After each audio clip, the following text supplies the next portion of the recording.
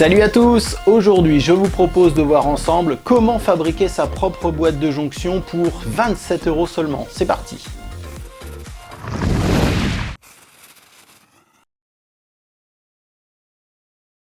Alors, pourquoi fabriquer sa propre boîte de jonction pour panneaux solaires? Il existe de multitudes de connecteurs en Y pour connecter ces panneaux solaires. En ce qui me concerne, mes onduleurs hybrides acceptent maximum 145 volts en entrée de panneaux solaires. Et le MPPT fonctionne entre 60 et 115 volts.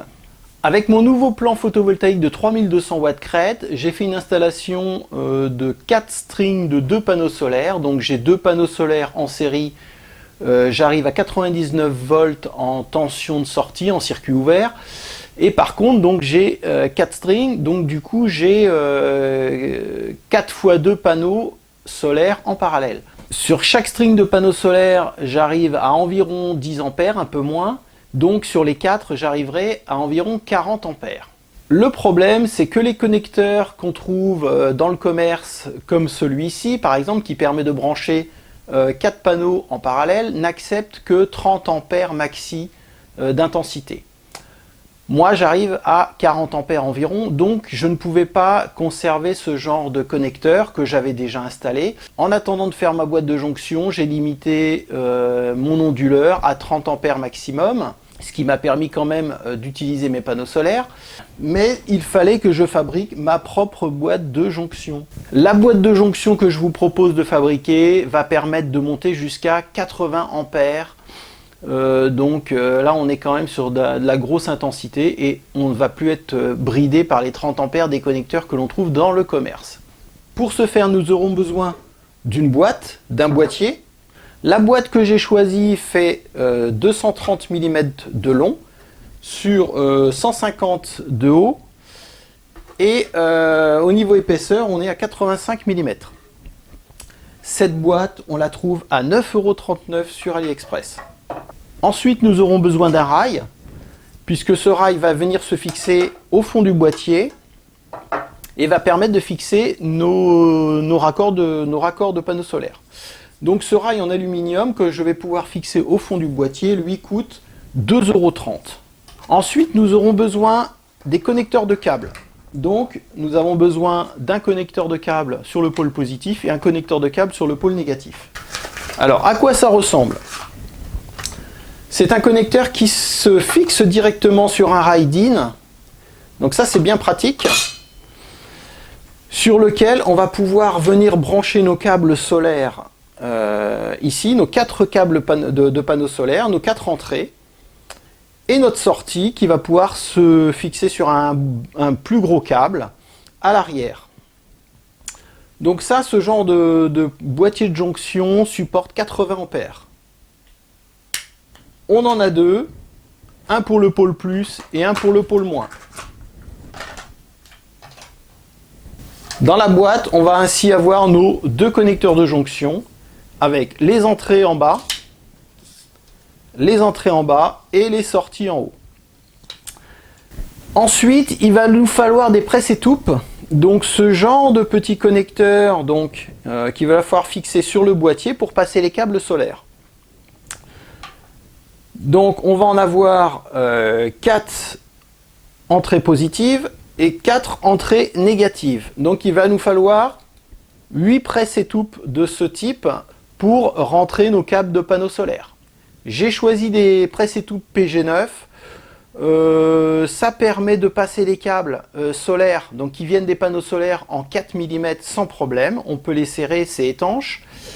De l'autre côté, ma sortie est en câble de 10 mm². Et les câbles de 10 mm² passent également sur ce genre de presse-étoupe. Donc du coup, je vais mettre uniquement ce genre de presse-étoupe. Donc on trouve sur AliExpress des lots de 10 PG9 de ce type de presse-étoupe pour 2,49 € arrivés.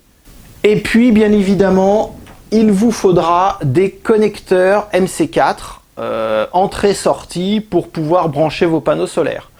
Donc des connecteurs MC4 pour du câble de 4 mm suffit, puisque chaque string de 2, donc 2 panneaux solaires seront branchés en série sur une entrée-sortie de ce boîtier. Donc en 4 mm, ça suffit largement puisqu'on est en dessous des 10 ampères.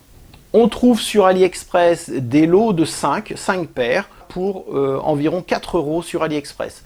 Je vous laisse bien sûr tous les liens dans le descriptif de la vidéo. Donc ce que je vous propose maintenant, c'est de commencer l'assemblage. C'est de percer nos 8 trous pour l'entrée des panneaux solaires et les 2 trous pour notre sortie de boîte de jonction. Ensuite, il faudra couper ce rail qui fait 30 cm puisqu'il est un peu long.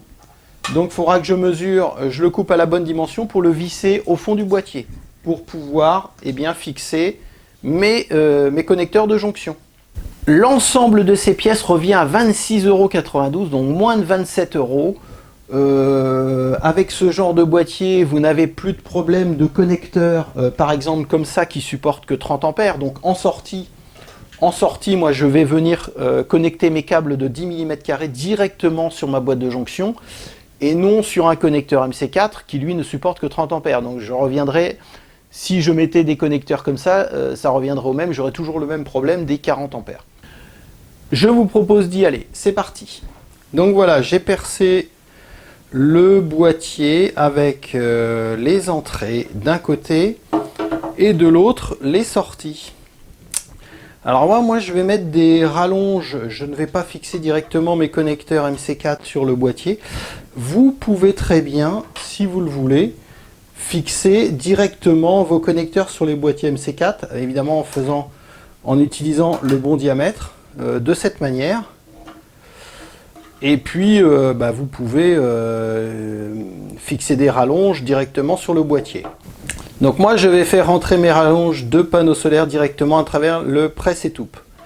Donc c'est à vous de choisir si vous voulez directement le connecteur sur le boîtier ou passer vos câbles directement à travers le presse-étoupe. L'avantage c'est que vous faites l'économie de connecteur MC4 puisque vous avez les câbles qui arrivent directement à l'intérieur. Une fois le boîtier percé, de la même manière, j'ai coupé le rail DIN pour pouvoir le fixer au fond de la boîte, au fond du boîtier, comme ceci. Bon, il va falloir trouver deux petites vis pour fixer le rail à l'intérieur. Et après, on pourra venir fixer nos connecteurs de jonction directement dans le boîtier. Allez, je fixe les presse-étoupes et je trouve deux vis pour fixer le rail et on se retrouve tout de suite après. Et voilà, je viens de terminer la boîte. Donc j'ai fixé les presse-étoupes. Donc j'ai mes 4 entrées pôle positif pour mes panneaux solaires et les 4 moins de mes panneaux solaires. Et j'ai mes 2 presse-étoupes de sortie, donc avec mes câbles de 10 mm² qui vont arriver par là. À l'intérieur, donc j'ai fixé le rail avec deux petites vis. Des petites vis pour fixer les cartes mères en informatique, ça marche très bien. Voilà, donc j'ai récupéré des vis que j'avais. Et les boîtes de jonction qui sont directement fixées sur le rail. Là, du coup, je n'ai plus qu'à fixer, qu'à faire rentrer mes câbles de panneaux solaires dans mon boîtier de jonction. Et ce sera terminé. Alors bien sûr, ce boîtier est étanche. Sur les presse-étoupes, il y a un joint. Et sur le couvercle, il y a également un joint avant de visser. Donc ce boîtier de jonction revient à 26,92 € seulement. On les trouve déjà assemblés dans le commerce à peu près 100 € pour les moins chers. Donc ça, c'est vraiment intéressant de le fabriquer soi-même. Et voilà, ma boîte de jonction est fixée. Donc j'ai mes 4 moins des panneaux solaires qui arrivent ici en haut et mes 4 pôles positifs qui arrivent en bas. Ils sont reliés sur les boîtes de jonction vissées et ça ressort en 10 mm² vers mon onduleur hybride. Donc j'ai fabriqué mes petites rallonges, on rentre directement sur les borniers qui sont vissés et on ressort sur les câbles en 10 mm². Il ne me reste plus qu'à attacher mes câbles proprement et à fermer le boîtier étanche. Donc cette boîte de jonction coûte moins de 30 €. et vous pouvez y connecter jusqu'à 80 ampères.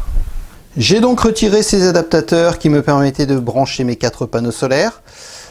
Attention, donc ces adaptateurs permettent de faire passer maximum 30 ampères. Donc aujourd'hui, avec les panneaux qu'on a sur le marché, c'est environ 10 ampères par panneau. Donc on arrive vite à 40 ampères minimum. Donc ce n'est pas forcément spécifié sur le site des vendeurs, pas toujours. Mais c'est bien du 30 ampères qu'on peut faire passer par ces connecteurs, donc attention. J'espère que cette vidéo vous a plu, je vous dis à très vite pour une prochaine vidéo. Allez, ciao ciao!